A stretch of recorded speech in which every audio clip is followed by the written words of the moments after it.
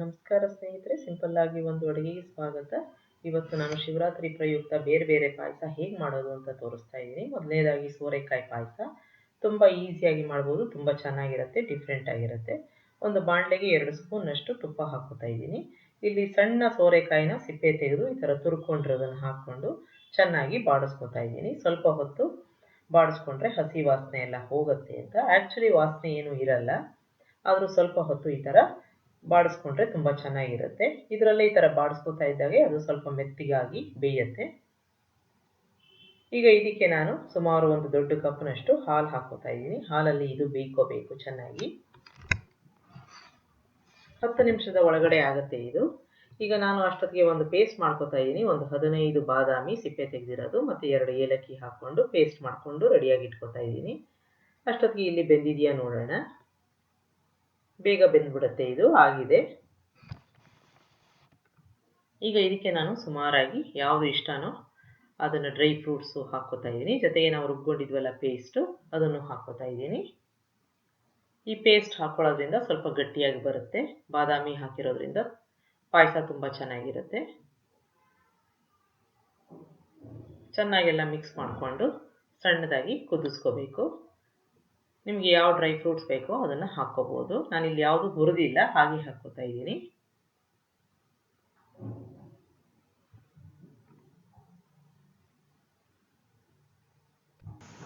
ಈಗ ಚೆನ್ನಾಗಿ ಕುದೀತಾ ಇದೆ. ಈಗ ರುಚಿಗೆ ಎಷ್ಟು ಬೇಕೋ ಅಷ್ಟು ಸಕ್ಕರೆ ಹಾಕ್ಕೋತಾ ಇದ್ದೀನಿ. ಚೆನ್ನಾಗಿ ಸಕ್ಕರೆ ಕರಗಿದ ತನಕ ಇದನ್ನು ಸ್ವಲ್ಪ ಹೊತ್ತು ಕುದಿಸ್ಕೊಳ್ಳೋಣ. ಚೆನ್ನಾಗಿ ಎಲ್ಲ ಬ್ಲೆಂಡ್ ಆಗಬೇಕು.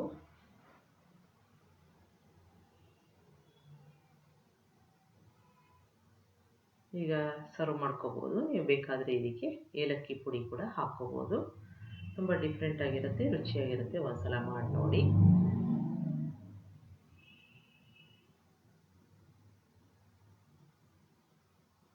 ಈಗ ನೆಕ್ಸ್ಟು ನಾನು ಸಬ್ಬಕ್ಕಿ ಮತ್ತು ಕಡಲೆಬೇಳೆಯಿಂದ ಪಾಯಸ ಮಾಡ್ತಾ ಇದ್ದೀನಿ. ರೇರ್ ಕಾಂಬಿನೇಷನು, ಬಟ್ ತುಂಬ ಚೆನ್ನಾಗಿರುತ್ತೆ. ಸಬ್ಬಕ್ಕಿ ಮತ್ತು ಕಡಲೆಬೇಳೆನ ಸ್ವಲ್ಪ ಹೊತ್ತು ನೆನೆ ಹಾಕ್ಕೊಂಡಿದ್ದೀನಿ.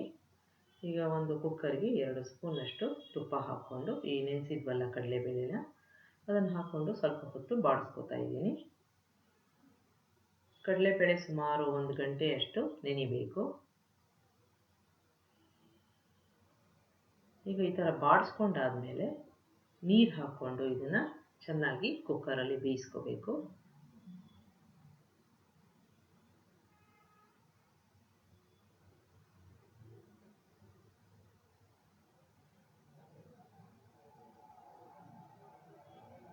ಈ ಬೇಯಿಸ್ಕೊಳ್ಳೋ ಅಷ್ಟೊತ್ತಿಗೆ ನಾವು ಬೆಲ್ಲದ ಪಾಕ ರೆಡಿ ಮಾಡ್ಕೊಳ್ಳೋಣ. ಸ್ವಲ್ಪ ನೀರು ಹಾಕ್ಕೊಂಡಿದ್ದೀನಿ. ಸುಮಾರು 1 ಕಪ್ನಷ್ಟು ಬೆಲ್ಲ ಹಾಕ್ಕೋತಾ ಇದ್ದೀನಿ. ಚೆನ್ನಾಗಿ ಕರಗಿಸ್ಕೋಬೇಕು.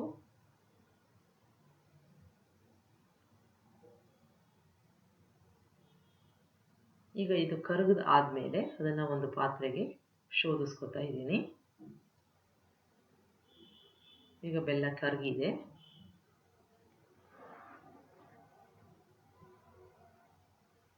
ಈ ಶೋಧಿಸ್ಕೊಂಡಾದ್ಮೇಲೆ ಸುಮಾರು 1 ಅಥವಾ 2 ನಿಮಿಷ ಕಾಲ ಅದನ್ನು ಕುದಿಸ್ಕೊತೀನಿ. ಯಾವುದೇ ಪಾಕ ಬರಬೇಕು ಅಂತಿಲ್ಲ. ಅದು ಚೆನ್ನಾಗಿ ಕುದ್ದಷ್ಟು ನಾವು ಹಾಲಿಗೆ ಬೆರೆಸಿದ ಮೇಲೆ ಅದು ಒಡೆಯಲ್ಲ. ಸೊ ಹಾಗಾಗಿ ಚೆನ್ನಾಗಿ ಕುದಿಸ್ಕೊತಾ ಇದ್ದೀನಿ. ಅಷ್ಟೊತ್ತಿಗೆ ಡ್ರೈ ಫ್ರೂಟ್ಸ್ನ ಹುರಿದು ರೆಡಿ ಮಾಡಿ ಇಟ್ಕೋತಾ ಇದ್ದೀನಿ. ದ್ರಾಕ್ಷಿ, ಗೋಡಂಬಿ ಮತ್ತು ಲವಂಗ ಹಾಕ್ಕೊಂಡು ಚೆನ್ನಾಗಿ ಹುರ್ಕೊಂಡು ಒಂದು ಕಡೆ ಇಟ್ಬಿಡೋಣ.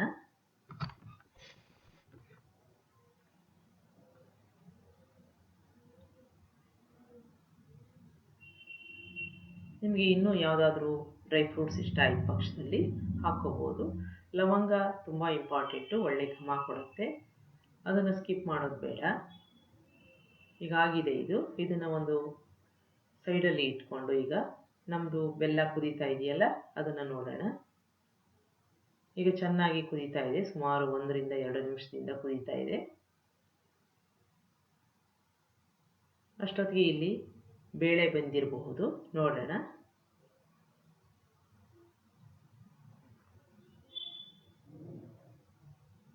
ಈಗ ಬೇಳೆ ಬೆಂದಿದೆ. ಒಂದ್ಸಲ ಸುಮಾರಾಗಿ ಮ್ಯಾಶ್ ಮಾಡ್ಕೊಂಡಾದ್ಮೇಲೆ ನಾವು ನೆನೆಸಿಟ್ಟಿದ್ದ ಸಬ್ಬಕ್ಕಿನ ನೀರು ತೆಗೆದುಬಿಟ್ಟು ಸಂಪೂರ್ಣವಾಗಿ ಇದಕ್ಕೆ ಮಿಕ್ಸ್ ಮಾಡ್ಕೋಬೇಕು. ನೆಂದಿರೋ ಸಬ್ಬಕ್ಕಿ ಮತ್ತು ಬೆಂದಿರೋ ಕಡಲೆಬೇಳೆನ ಚೆನ್ನಾಗಿ ಮಿಕ್ಸ್ ಮಾಡ್ಕೋಬೇಕು. ಈಗ ಸಬ್ಬಕ್ಕಿನ ಬೇಯಿಸ್ಕೋಬೇಕು. ಅದಕ್ಕಾಗಿ ನಾನು ಒಂದು ದೊಡ್ಡ ಬಟ್ಲಷ್ಟು ಅದರಲ್ಲಿ ಸ್ವಲ್ಪ ಹಾಲು ಹಾಕೋತಾ ಇದ್ದೀನಿ. ಹಾಲಲ್ಲಿ ಬೇಯಿಸ್ಕೋಬೇಕು.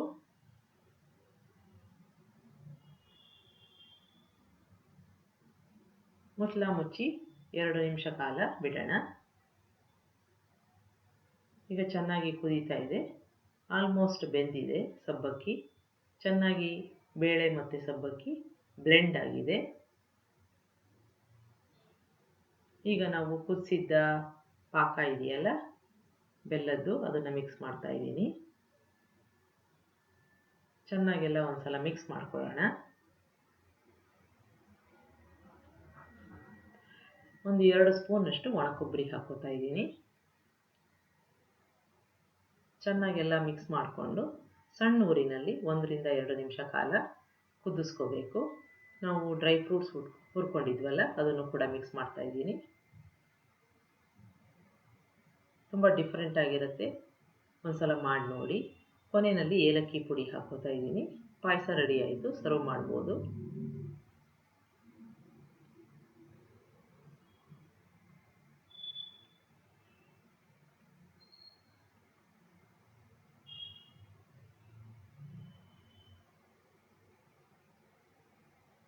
ನೋಡಿ ಕುದೀತಾ ಇದೆ, ಆದರೂ ಹಾಲು ಒಡೆದಿಲ್ಲ. ಈಗ ಸರ್ವ್ ಮಾಡ್ಕೊತಾ ಇದ್ದೀನಿ.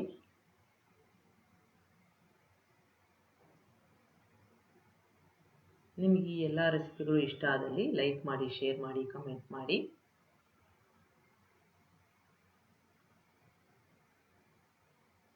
ಈಗ ನೆಕ್ಸ್ಟ್ ಶಾವಿಗೆ ಪಾಯಸ ಮಾಡ್ತಾ ಇದ್ದೀನಿ. ನಾರ್ಮಲ್ ಆಗಿ ಎಲ್ಲರೂ ಮನೆಯಲ್ಲೂ ಮಾಡ್ತಾರೆ, ಇದು ಸ್ವಲ್ಪ ಡಿಫ್ರೆಂಟಾಗಿ ಮಾಡ್ತಾ ಇದ್ದೀನಿ. ಸ್ವಲ್ಪ ಬೆಣ್ಣೆ ಹಾಕೋತಾ ಇದ್ದೀನಿ. ಅದರ ಜೊತೆಗೆ ಸ್ವಲ್ಪ ತುಪ್ಪ ಹಾಕೋತಾ ಇದ್ದೀನಿ, ಇಲ್ಲಾಂದರೆ ಬೆಣ್ಣೆ ಸೀದೋಗುತ್ತೆ. ಹಾಗಾಗಿ ಕರಗದ ಮೇಲೆ 1 ಕಪ್ನಷ್ಟು ಶಾವಿಗೆನ ಚೆನ್ನಾಗಿ ಹುರ್ಕೋತಾ ಇದ್ದೀನಿ. ಸ್ವಲ್ಪ ಲೈಟಾಗಿ ಕಲರ್ ಬರೋ ತನಕ ಹುರ್ಕೋತಾ ಇದ್ದೀನಿ.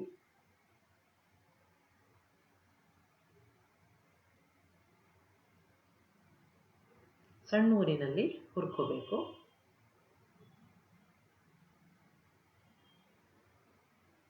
ಈಗ ನೋಡಿ ಇಷ್ಟು ಕಲರ್ ಬರೋ ತನಕ ಹುರ್ಕೋತಾ ಇದ್ದೀನಿ. ಈಗ ಇದಕ್ಕೆ ನೀವು ಬರೀ ಹಾಲು ಹಾಕೋಬೋದು, ಇಲ್ಲ ನೀರು ಮತ್ತು ಹಾಲನ್ನ ಮಿಕ್ಸ್ ಮಾಡ್ಕೊಂಡು ಹಾಕೋಬೋದು. ನಾನಿಲ್ಲಿ ಬರೀ ಹಾಲು ಹಾಕ್ಕೊಂಡು ಬೇಯಿಸ್ಕೊತಾ ಇದ್ದೀನಿ. ಈಗ ಇಷ್ಟು ಹಾಲಲ್ಲಿ ಇದನ್ನು ಮೊದಲು ಬೇಯಿಸ್ಕೊಂಡು ಆಮೇಲೆ ಕನ್ಸಿಸ್ಟೆನ್ಸಿ ನೋಡಿಕೊಂಡು ಹಾಕ್ಕೊಳ್ಳೋದು. ನಾನು ಇಲ್ಲಿ ಹುರಿದೇ ಇರೋ ಡ್ರೈ ಫ್ರೂಟ್ಸ್ ಹಾಕೋತಾ ಇದ್ದೀನಿ. ಅದು ಕೂಡ ಹಾಲಲ್ಲಿ ಚೆನ್ನಾಗಿ ಬೇಯಬೇಕು. ಈಗ ಆಲ್ಮೋಸ್ಟ್ ಬೆಂದಿದೆ, ಶಾವಿಗೆ ಬೆಂದಿದೆ. ಈಗ ಇದಕ್ಕೆ ನಿಮ್ಗೆ ಯಾವ ಕನ್ಸಿಸ್ಟೆನ್ಸಿ ಬೇಕೋ ಅಷ್ಟು ನೋಡಿಕೊಂಡು ಸುಮಾರಾಗಿ 1/4 ಲೋಟ ಹಾಲನ್ನ ಹಾಕೋತಾ ಇದ್ದೀನಿ. ಚೆನ್ನಾಗೆಲ್ಲ ಮಿಕ್ಸ್ ಮಾಡ್ಕೊಳ್ಳೋಣ ಒಂದ್ಸಲ.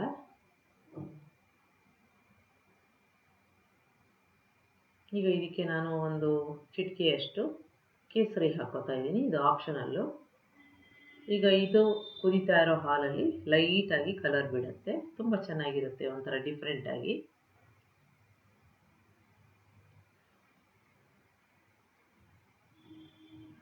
ಚೆನ್ನಾಗೆಲ್ಲ ಮಿಕ್ಸ್ ಮಾಡ್ಕೊಂಡಾದ್ಮೇಲೆ ನಾನು ಸಕ್ಕರೆ ಬದಲಾಗಿ ಕಂಡೆನ್ಸ್ ಮಿಲ್ಕ್ ಹಾಕ್ತಾ ಇದ್ದೀನಿ. ತುಂಬ ಕ್ರೀಮಿಯಾಗಿ ಥಿಕ್ಕಾಗಿ ಬರುತ್ತೆ. ನಿಮಗೆ ಬೇಡ ಅಂದ ಪಕ್ಷದಲ್ಲಿ ನೀವು ಸಕ್ಕರೆ ಹಾಕ್ಕೋಬೋದು. ಚೆನ್ನಾಗಿ ಮಿಕ್ಸ್ ಮಾಡ್ಕೊಳ್ಳೋಣ.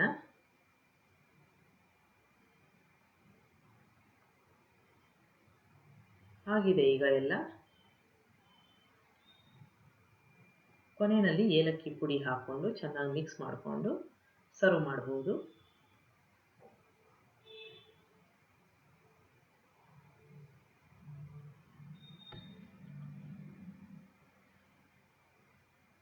ತುಂಬ ಕ್ರೀಮಿಯಾಗಿ, ತುಂಬ ಥಿಕ್ಕಾಗಿ ಮತ್ತು ಎಷ್ಟು ಹೊತ್ತಿಟ್ಟರೂ ಗಟ್ಟಿಯಾಗದೇ ಇರೋ ಶಾವಿಗೆ ಪಾಯಸ ರೆಡಿಯಾಗಿದೆ.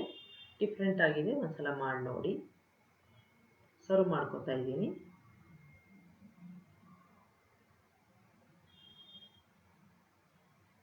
ಈಗ ನೆಕ್ಸ್ಟು ತುಂಬ ಈಸಿಯಾಗಿರೋ ಕ್ಯಾರೆಟ್ ಪಾಯಸ ಮಾಡ್ತಾ ಇದ್ದೀನಿ.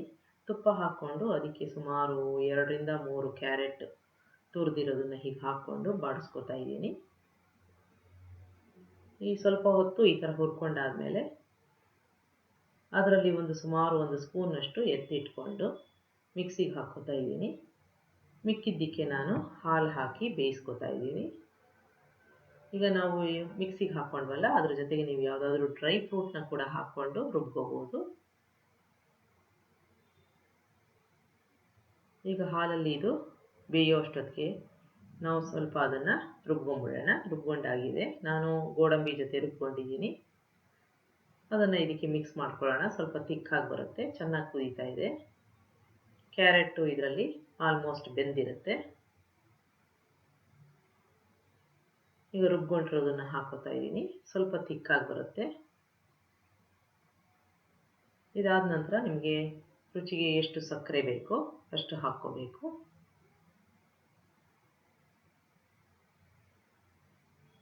ಸಣ್ಣ ಊರಿನಲ್ಲಿ ಆದಷ್ಟು ಕುದಿಸ್ಕೋಬೇಕು. ಸಕ್ಕರೆ ಹಾಕೋತಾ ಇದ್ದೀನಿ. ಇದಾದಮೇಲೆ ನೀವು ಬೇಕಾದರೆ ಡ್ರೈ ಫ್ರೂಟ್ಸು ಮತ್ತು ಏಲಕ್ಕಿ ಪುಡಿನ ಹಾಕ್ಕೊಂಡು ಸರ್ವ್ ಮಾಡ್ಕೋಬೋದು. ಆಗಿದೆ. ಈಗ ಕೊನೆಯಲ್ಲಿ ಸ್ವಲ್ಪ ಕೇಸರಿ ಹಾಕೋತಾ ಇದ್ದೀನಿ. ಇದು ಆಪ್ಷನಲ್ಲು.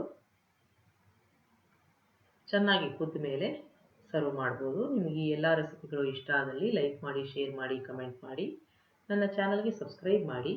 ನಮಸ್ಕಾರ.